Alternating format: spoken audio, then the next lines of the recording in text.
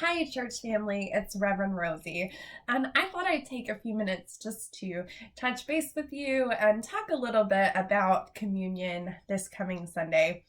Um, so I know that this has been a strange and unique time for everyone, and that we're all feeling a little unsettled. And so, one of the ways in which we as faith individuals get nourished for the journey, our spiritual journey, and for the struggles of life and for our everyday life is at the table in communion.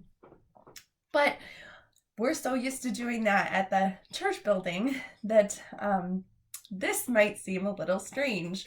And so I just wanted to assure you and talk you through it a little bit as we get ready for our Sunday and having communion together. So I want to start off by suggesting a few things for you. One, at some point during this week leading up to Sunday, you're going to want to have some elements with you at home. So maybe that's grape juice if that's your preference. Maybe that's wine. Maybe there's some kind of juice that would suffice for you. I know some people absolutely hate Concord grape juice. This is your chance. You get to use cran grape or just cranberry or whatever it is that you want. It's, something to represent the blood of Christ in a cup. And then for the bread, that's up to you as well. So some people want to use sandwich bread. Some people like to use crackers.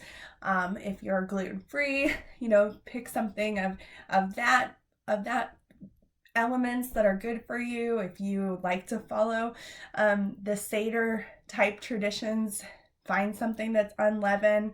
The point is not that our tables all look the same. Everyone in their own house doesn't have to have the same things. It's that we are in the same moment together, having a communal experience of the body and the blood of Christ together. And so I encourage you, as you do your shopping or are out and about, limitedly, I hope, but out this week, that you have something to prepare yourself for communion on Sunday. So when it comes to actual Sunday morning, you may be thinking to yourself, I don't know how this is gonna go. I'm pretty nervous about this. I've got kids running around the house, or I've never had communion at home.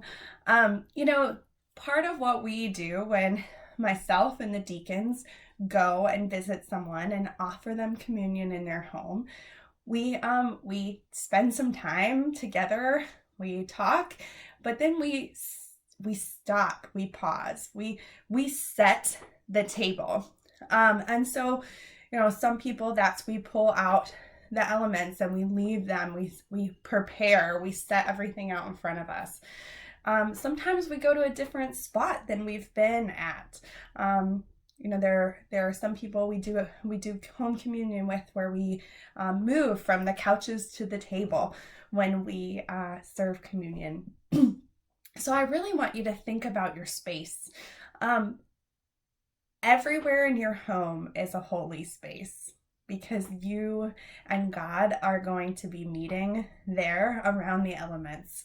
But sometimes it's helpful to remind ourselves that we're in a holy space, and that looks different for each person. So if you need to lay out a white tablecloth or light a candle or go to your favorite chair or sit on your porch and look out over the lake, and whatever is a holy or an important spot for you and your family, then I encourage you to go there. As long as you're able to be connected with us. So maybe that's via video, but also via phone. If you do not have access to the video on your computer, or you don't have access to the computer, it's totally okay. Zoom has the ability for you to call in over the phone. And so that's part of the reason we picked Zoom, was so that it would allow for the most amount of people in our congregation to have communion together. So anyways, go and find somewhere, set a table for yourself. And so that means maybe there's worship that needs to happen or hopefully will happen for you before communion. And so that's why we set communion at 10 o'clock, so that you could watch the video at 9, or you can listen to some worship songs, or if you're worshiping with another congregation electronically, which I hope that you are seeing that there is a great number of wonderful things out there, that you would be able to have some worshipful time and then join us at 10 o'clock. So I also encourage you to be dressed for church. I think for me, that helps. When we are here in our home on Sunday mornings, we still get up and get dressed like we're going to church. And it helps us explain to Katrina that although we're watching church on the computer or on the TV, that we are creating a worshipful space. And so I encourage you to think about that, how you might prepare your body and your heart and your mind to take communion, but also your space. So then when it comes time, we ask you to log on and join us.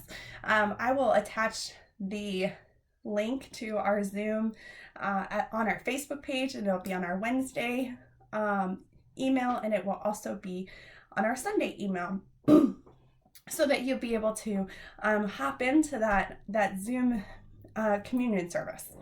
So then when it comes time, you just make sure that you have your elements in front of you and that they're prepared. So if you have individually wrapped things, go ahead and open those things before time for communion.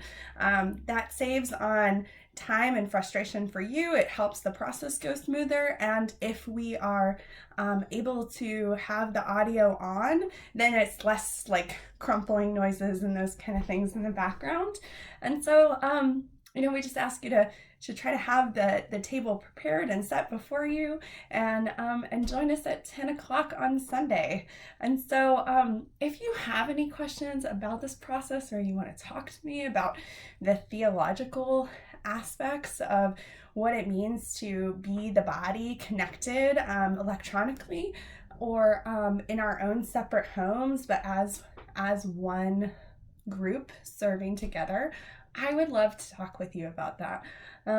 I've put a lot of time and thought and prayer into this, and I wanted to make sure that we were doing it right. This is why we didn't have communion last month. I really wanted to pray about it and look at the Book of Order and think about how it is that we're going to do this together. And so if you would like to have that conversation or explore some of those things with me, I'm happy to have that conversation with you. And so feel free to email me or call me or reach out. I'm happy to talk with all of you. So I love you. I look forward to celebrating the body and the blood of Christ together on Sunday. And I hope that you have a blessed week.